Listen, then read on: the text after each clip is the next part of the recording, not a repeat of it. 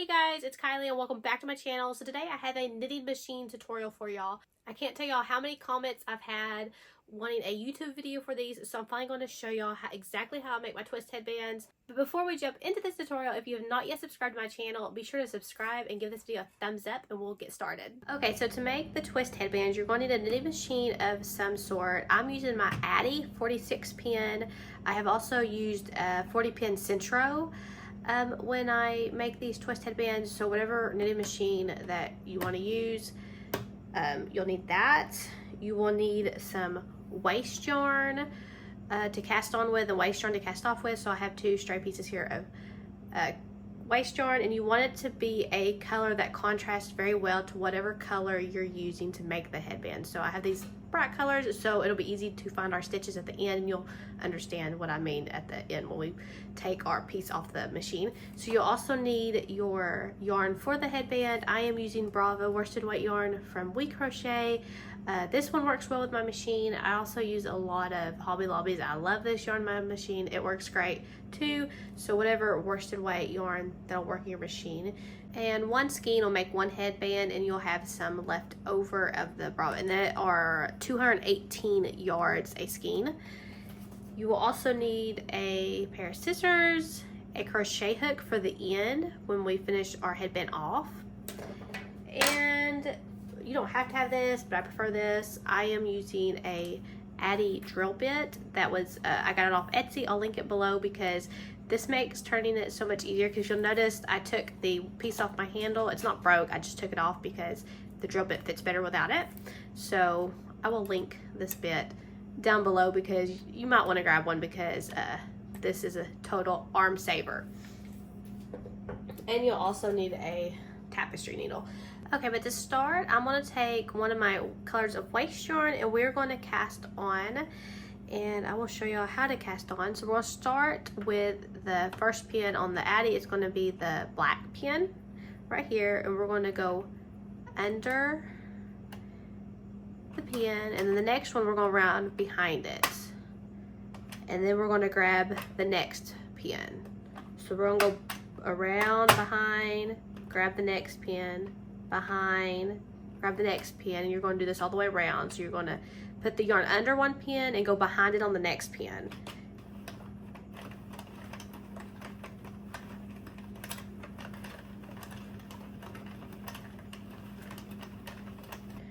And when you get to your very last pin, you should always go behind that pin. So if you're in front of it, then that means you missed a pin on missed a needle on your machine. So I'm gonna go ahead and put my yarn in here, thread it, and I'm gonna knit 5 rows with the waste yarn.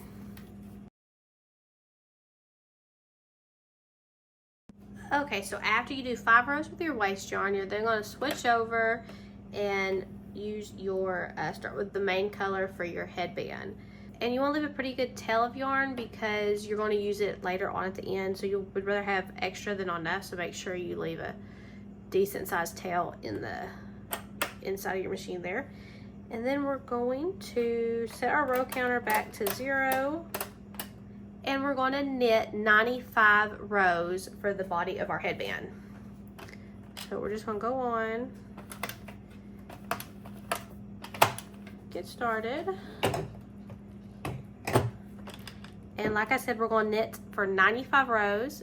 And I know y'all can't hear, let me scoot this up a little bit forward so y'all can see my hand. The camera's not big enough to get it all in.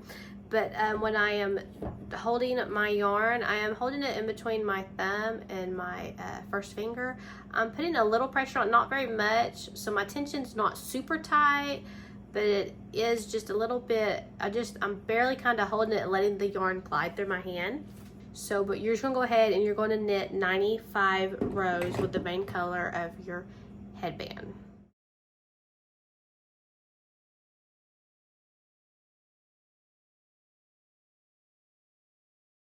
Okay, so after you have finished your 95 rows, you're going to cut your yarn, make sure you leave a long tail on it, and then you're going to add another section of waste yarn and knit 5 rows with your waste yarn. You make sure you go under this needle there, because I'm going to show you, this makes, when we finish the ends off, it makes it so much easier to use waste yarn. Because somebody actually asked me today, why do you use waste yarn? Well, I'm fixing to show you exactly why I use waste yarn, because it makes it so much easier.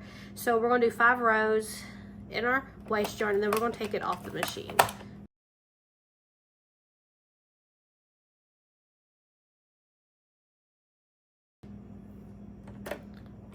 Okay, so after your 5 rows of waste yarn, I'm just going to take my yarn, throw it in the middle, and go around the machine a couple of times, and it'll take all the knitting off the machine. So we'll just go around.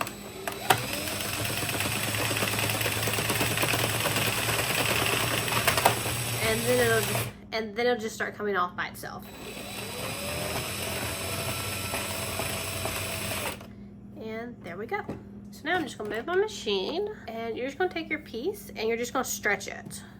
Just wanna stretch it out. Stretch these ends. And your piece, if you measure it, your piece, it's kind of hard to measure with the curls, but from the end, each end of the gray, not counting the waste yarn, your piece should measure approximately 18 inches. If it doesn't, you may need to either adjust your tension or add more or less rows depending on how your tension and your machine works. But my piece measures about 18 inches on 95 rows this way with a worsted weight yarn. So now I'm going to show you how to finish off the ends. Okay, so when we close the ends, this is where our crochet hook comes in. So I don't know if y'all are crocheters or not. I know a lot of people that follow my channel are crocheters, so some of this makes sense, but if not, just hang in there. It's really easy. So wherever the tail of our yarn is, I put it on one side, I fold the headband like in half, and you're going to have your tail on one end, and you're going to start at the opposite end with your tail. You can try to get as even as you can. If it's not quite even, it'll still be okay. And we're going to start here, and you can see the difference between this is why you use a yarn that really contrasts with the color of your headband. So we can see these gray loops, this very first row of gray loops. So there's a row of orange and there's a row of gray. We're going to be working with these gray loops here in between these 2 rows of orange. So it's the very first row. What I'm going to do is I'm going to start the stitch down here at the end. I'm going to take my crochet hook under the stitch, and then I'm going to go over here and find a gray loop and just pull it through. So if you're familiar with crochet, it's just going to be like slip stitching. Okay, then I'm going to alternate and go down here to the bottom and find the very top loop of the gray, and whoop, I lost it. I'm going to grab that one and pull it through.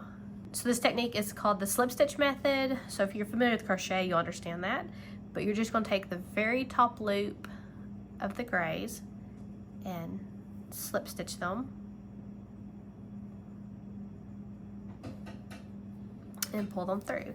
And after you do it a couple times, it becomes really easy. So taking this very top loop, and the reason you have to make sure you get all of them, because if you don't, then the stitches are going to come undone. So we're just going to work that all the way down.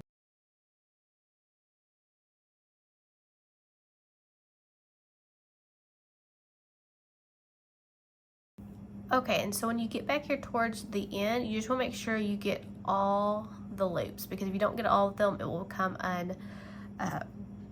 the stitches will come unraveled. So we're just going to pay close attention to make sure we get all the loops. And if your tail of yarn is not the very end, it's okay. As long as it's close to the end, we'll be okay. So I'm going to continue to grab all my loops here. Sometimes you gotta pull it out of the way because it's hard to see.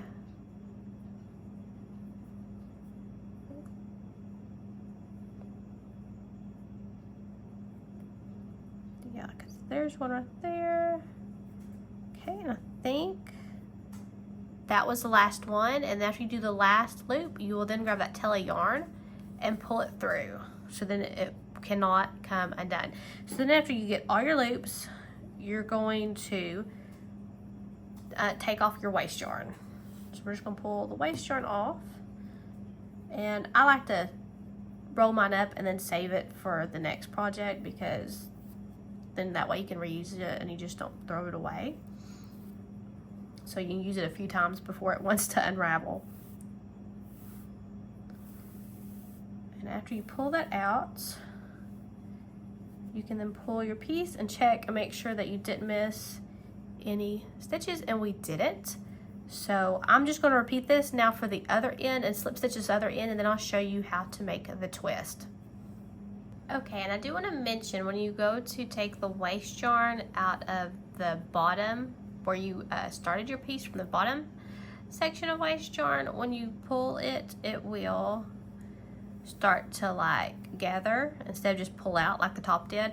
And what you're going to have to do to get this out so you don't get all knotted and get aggravated, not be able to get it out, is I pull my little bit, and then I like to go down here halfway, and you can see the strand of yarn right here, and I'll pull it out and pull the tail out of those stitches, because once you get out of this top round, it'll just pull out like the other side did. And then I pull it just a little bit tighter around the back so I can see it, and then I see it right here, and then I'm gonna pull it out of those stitches. So you don't just want to pull it and cinch it all up real tight, because then it's just going to get tangled up and you're not going to be able to get it out. And then it just unravels like it should. Okay, and for those wondering about yardage, how much yardage it takes to make one headband, this skein was 218 yards, and I still have a good bit of it left. So I'm going to roughly estimate it takes probably about 175 yards to make one. At least it does on mine with 95 rows. Okay, so now I'm going to show you how to make the twist. So what we're going to do is I've put my yarn needle on one end of our tail, and I'm going to take one piece and I'm going to fold it like this. You make sure you don't twist it, that it's like flat. So we're going to do that, and then I'm going to pick this other side up, put it in the middle, and fold it over like so. You're just going to line these up here and get them even. So here's one side, and then here's the other side, so they just kind of go in between each other. You don't see that? And then you're just going to take your tail and you're going to sew through all 4 ends, and you make sure you get all 4. So if they try to hide, you go through all 4, and you're just going to go all the way down.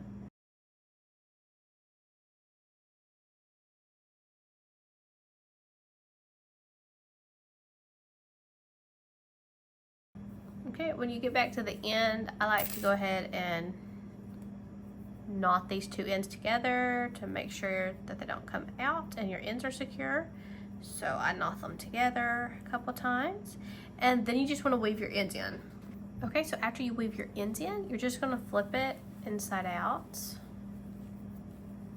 give it a stretch, and that is how easy it is to make these twist headbands. I hope y'all found this tutorial helpful. If you did, be sure to leave me a comment and let me know if you made a twist headband and how it turned out, and what machine you used, whether you used a Central or an Addi or what. And be sure to subscribe if you have not yet to my channel, and to check out my other YouTube videos and tutorials. And I hope y'all guys have a great day.